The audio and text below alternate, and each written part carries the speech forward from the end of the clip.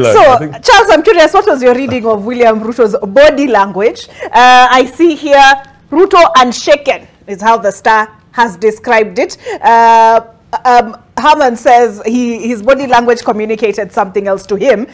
Because William Ruto took time to address, for example, Martha Karua talked about, if Raila was your president, now you would not be paying school fees.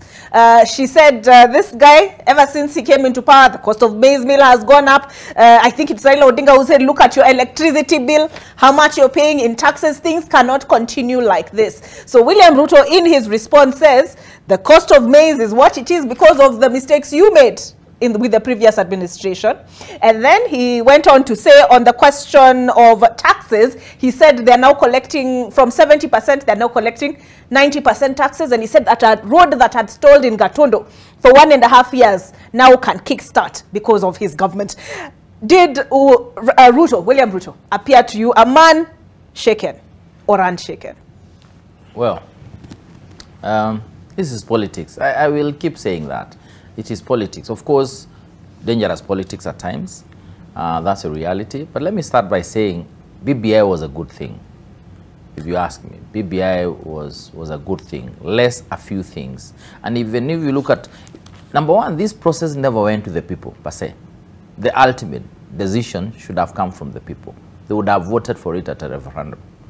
It went to court. It was stopped by the courts on 2 issues only. This is how I know BBI should come back. The issues were, number one, the participation of the president in terms of initiating that process. Yeah, that was wrong in as far as the courts were concerned. Then number 2, domiciling of constituencies, not the creation of the same, but deciding as the proponents of BBI, the promoters of the bill, that these constituencies will be in A, B, C, D counties.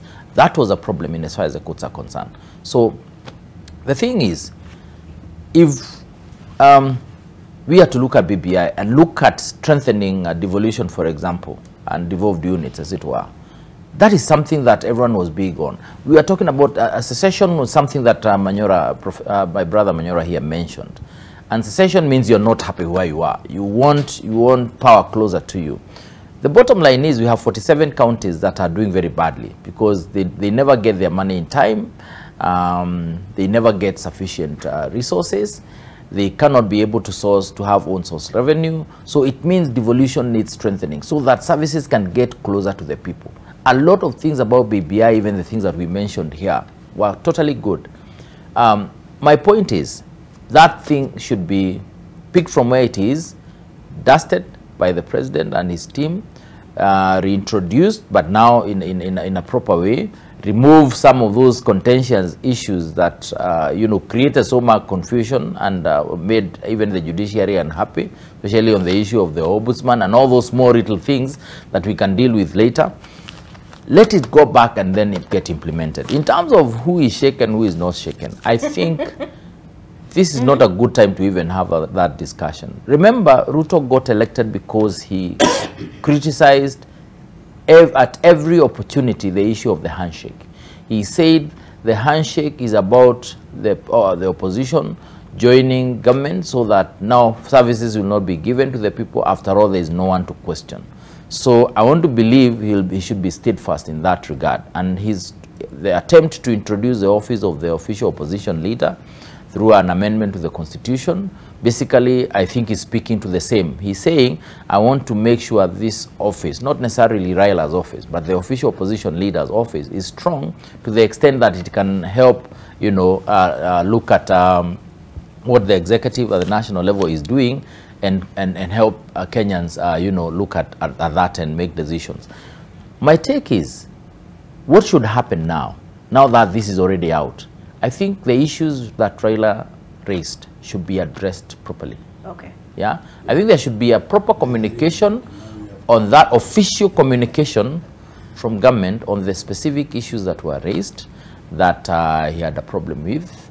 Communicate around them effectively, give facts and figures, yeah, and release it to the general public so that there is that official communication. Okay. That way, the government becomes the bigger person. All right. The government, Raila had 6 million voters. I think that one you cannot wish away. That's a fact. He had 6 million voters. He was beaten by slightly over 200,000 or close to 300,000 votes. So basically, he's a big person in terms of the support he enjoys. That needs to be looked at, so that even as we grow as a country, even those people that supported Raila Odinga, the government they have at the national level is the government of William Ruto. Okay. So they want to feel part of that government and explaining to them what is going on. The issue of what was addressed yesterday at that funeral are things that can be now released to the general public in terms of the steps that are being taken to deal with the cost of living, the price of unga, how it moves from 200 to 170, then ultimately to... That is a conversation that Kenyans want to hear. Yeah, we need to address issues of the rains that that were expected, have not. Though if that discussion is not out from government officially in a manner that is believable, then we continue mark timing at a halt on the same spot. And I think that's not what anybody would want.